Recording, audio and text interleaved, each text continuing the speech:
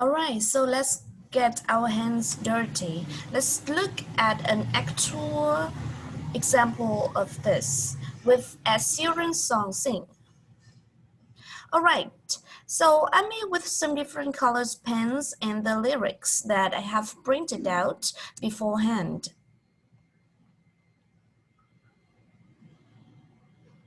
And we are just going to go through and break this down a little bit. So the easiest place to start, I would say, is by going through and first quickly identifying what is the vocab and expressions that you don't know.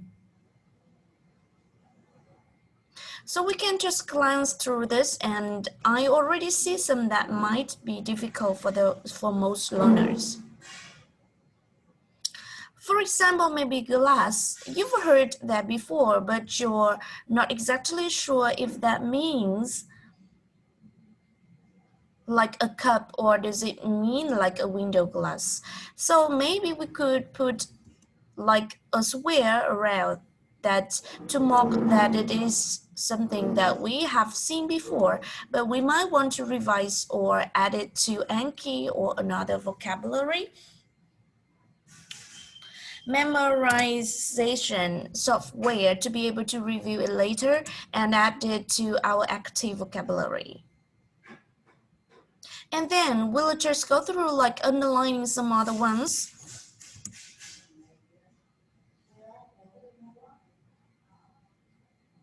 So despair, for example, getting ahead of the program, what could that mean? No man's land. Set the tongue sounds like an expression, get involved. Rushing, from head to toe. And then this part is especially complicated, so we have place, flames, fire, bridge, local rave, and so on. So the next, maybe we'll go through it and look for some interesting grammatical structures, something that either we recognize and we are just trying to look at it in the context, or something that maybe don't recognize and we need to look up what is that. So start here, I've been sad, so maybe I'll put a circle around that to mark that it is something that I'm not quite sure. Why do we say I've been sad? And not I've been sitting or I am sitting with you. This is actually grammatically quite a weird structure. So if you saw that and you found it's a bit confusing for me as well. It seems like a bit of strange structure that he used here. And then we see would here, so we might wonder, is that a conditional? And I'll probably circle this whole thing because it's with wish. So it's a wish. We wish they could disappear. So that's like a bit of a subjunctive there. And then we also have could here, which we know is another conditional tense. So we just circle that. And that all kind of goes together. I wish they could disappear so we could get out now. And maybe we saw get down as another phrasal verb, so we underline that. And then we come down and we see until then we got nothing to say. So we got, shouldn't that be we have got? And you might just circle that so that you can look into that later and maybe you'll ask like your teacher or you'll just do some investigation online. And then the next thing I might want to do, just because obviously this is getting quite full of different like underlines and circles and squares, is I'll take one of these colors that I've got and I could actually listen to the song, maybe even listen to it on 0.5 or 0.75 and highlighting some of the different things. So just to give you an example of that, and then I'll actually look at the pronunciation.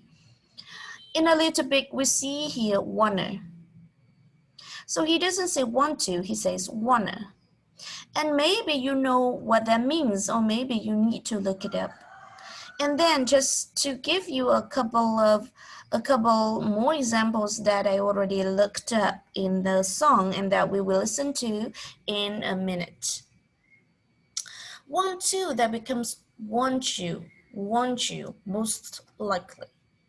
And hold your body, that D and Y might become you, so it becomes hold you. Hold your. And just the last example, how the step into.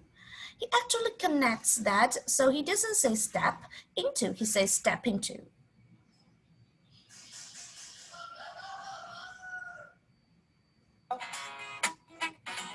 I don't wanna know. I don't wanna know. I don't wanna know. Don't wanna know. To hold your body close.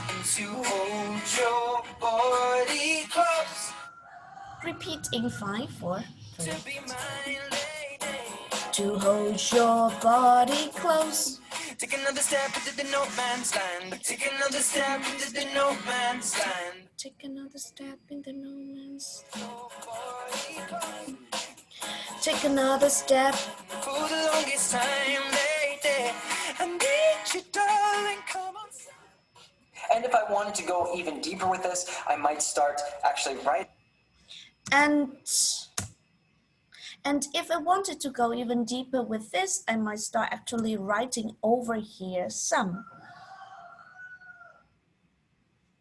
different definitions and notes that I find, and I can actually have a really good lesson right on. One piece of paper with these lyrics, and this whole thing maybe could take you 10 or 15 minutes. So just to give you an example of this, I might take this term no man's land, and I take note that I looked that up, and it means a place where no people can't live. Like a desert or something. And then maybe I'll take some notes. How can I remember no man's land? I might try to connect it to something in my native language, or try to think of a song or something that will help me remember that. And I'm also going to do things like adding it to my Anki, or memorize vocabulary software and add some examples, add pictures, anything else that's going to help me to remember this and add it to my active vocabulary. All right, in this process, I'm giving you to adjust it to work well with your personal process. You're going to want to experiment with it, play with it. You're probably going with it. If you want to listen to the song a couple of times when you're trying to catch the pronunciation, because, oh well, you speak so fast. Get the pronunciation, because of course, the first time you're going to miss things. And if you'd like another example of this, I actually wrote an article a while back explain my process for doing this with a song in French. So you can find exactly what I did right up at the top. All right, so tip number 1 was obviously the biggest. Heaviest one, we've gotten through it, and just hang in there, because these next 3 tips are really going to help you to round out the entire process and take your English to the next level with music. Learning English with music. Tip number 2. You need to be using some sort of vocabulary memorization software. If you're not already, I previously mentioned Anki, Memorize, Quizlet, and there are so many these out there. A really great alternative to Anki that I use on my iPhone actually is Flashcard Deluxe. On iPhone, although it is free, on expensive on iPhone, although it is free on Android. So depend on the different costs. You might choose something different. Memory is also free. And another quick tip here is that you want to always be learning the words not just individually but in context. So you're going to want to take the entire collocation that you found. So just to look at an example from this song, we learned the word rushing. So I'm not just going to put rushing into Anki and put the definition. I'm going to put that and give the context of it. So in this song, he says, feel it rushing through you. Now let's learn how to use these words in context. If you just learn the word, you might have some trouble actually being able to use these in your everyday speech. Plus, a lot of times you'll often have other words, other prepositions, for example, that are used with it. A really great example that I use with my Spanish speaking students is not thinking, is think about. So if you saw, for example, think, and you put in your Anki, you want to think about something because you want to remember that you always put those two together. Learning English with music tip number 3. Alright, so tip number 3, you want to actually create a playlist of all of the songs that you are learning English.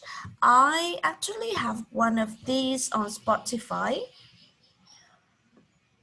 It helps me discover so much new music. You can find different pre-made playlists. For example, you might want to look at the top song right now in the United States or in Australia, and it can really be great for finding the songs that you are going to learn the languages with. And I have a playlist on Spotify for each language. So I have, my French music, my Portuguese music, and my Catalan music, my Spanish music. And I'll be in different moods and I might throw on a different one for my learning. And the key here is repetition. We want to have playlists of these so that we can break down the songs, really learn with them, and then learn to them again and again and again and again, because the repetition helps to carve it into your brain. So you'll remember all that vocabulary so that grammar structure will start to show up correctly in your own speaking so that your pronunciation will really improve while you're singing and really building those muscles of articulations in your mouth. The more you listen, the more you'll start to understand.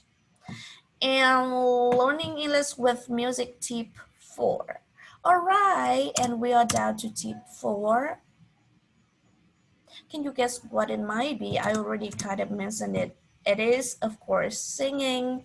So I know a lot of you out there, you're probably like me that you're like, I'm not a great singer.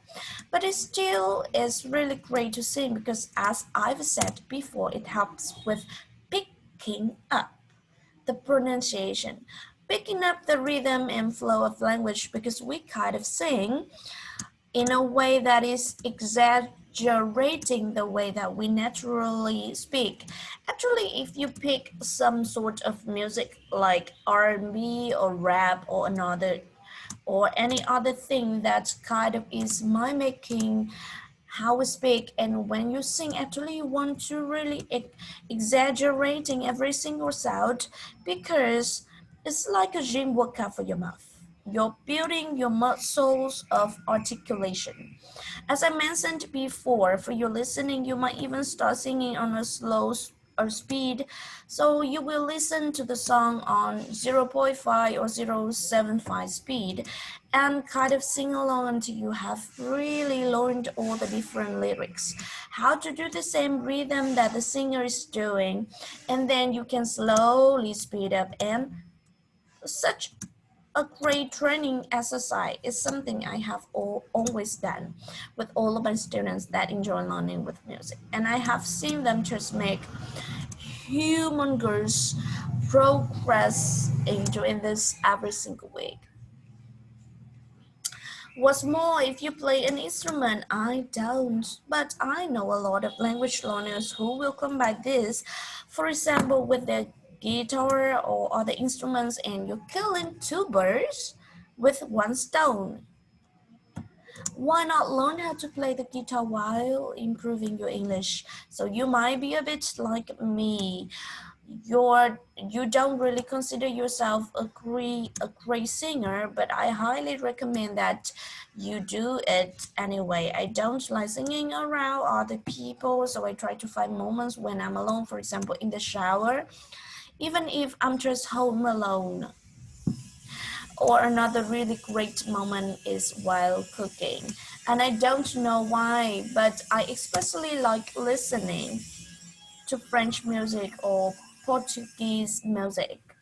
And I am singing along while I'm cooking, boiling stuff, and it's kind of fun to mix those two things together. All right, thanks so much for hanging in there.